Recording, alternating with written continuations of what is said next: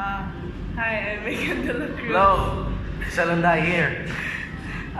We're here to talk about how the Internet of Things will significantly influence scientific expeditions and biodiversity-related researches. Yeah. So we recently watched the Galapagos. documentary, Yeah. and at the end they talked. There was the scientist girl. Yeah, the marine biologist. Yes, Yeah. the marine biologist. And she had a partner. Yeah, and they went to Galapagos, and they were able to explore the really deep coral Island. reefs of Galapagos, and the way they were able to explore it was through they made like it looked like a spaceship, but it was like also a submarine. It's not a spaceship, May. It's a submarine. So like the submarine, just imagine having the submarine and then like going down to the deep waters. So there's this technology for having the submarine to go underwater, but like not like in a long period of time.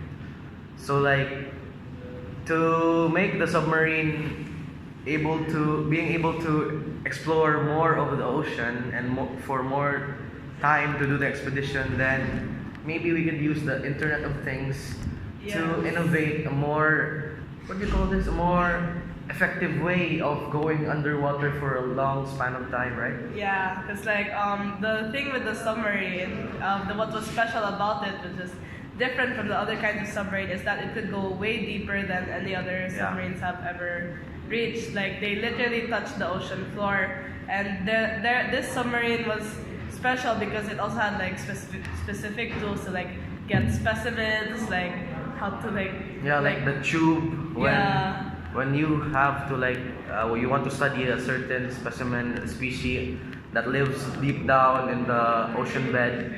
The machine had what you call this, a tube that will suck the specimen inside. So like, but it has only a limited amount of specimens. So like, Yeah. we could still use the Internet of Things to a more advanced kind of technology, so that we could use it for a more greater purpose to make more submarines that would be a better use, would be better than the one in the documentary. So yeah. I agree. So first, I think we should talk about what is this Internet of Things.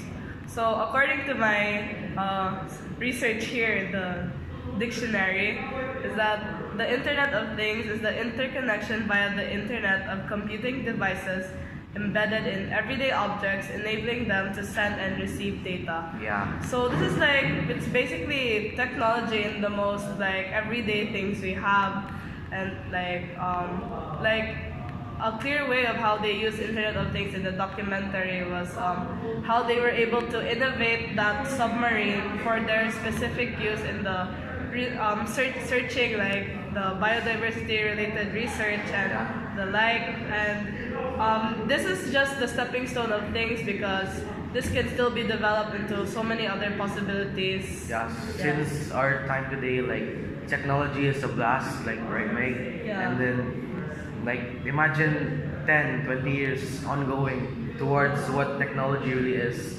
You would have a more advanced, what you call this, an advanced technological state.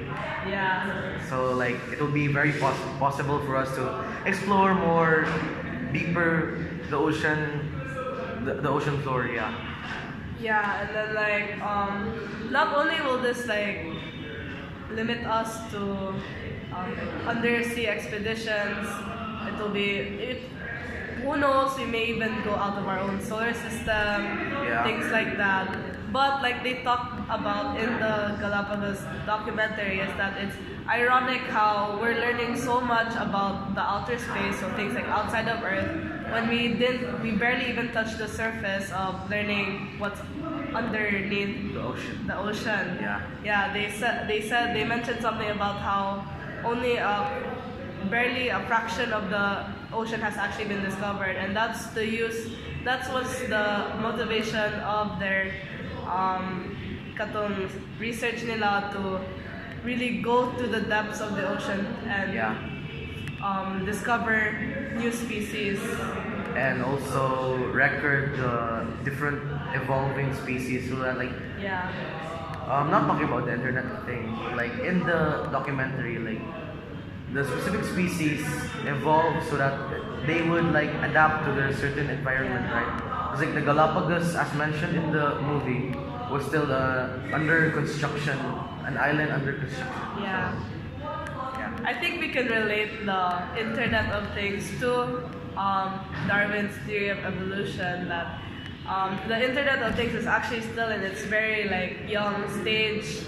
Like that's what I believe, and I believe it just like the species in the Galapagos Islands. It may take years and years for it to be perfected, but eventually it will get there and it will learn how to adapt with our environments. And I think that's a motivation for us also to, like, if our own species can, if different species like animals, insects and stuff can learn to do this, but theirs is through years and years, but we have an advantage because we're human beings, we have brains, and we've actually worked the closest to a perfect being. But eventually the Internet of Things will eventually be developed with our help, and yeah, so hopefully. So maybe to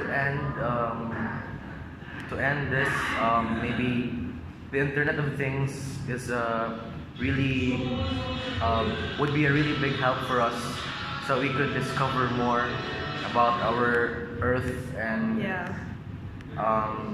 it would be a big help for us to like adventure more, so we will learn and garner more knowledge about our place we live in. So yeah. So I believe the Internet of Things, its journey to innovating the biodiversity and researches, it's only gonna go up from here. And yes, we can't wait for more discoveries that will happen in the future. So yeah, that's it, and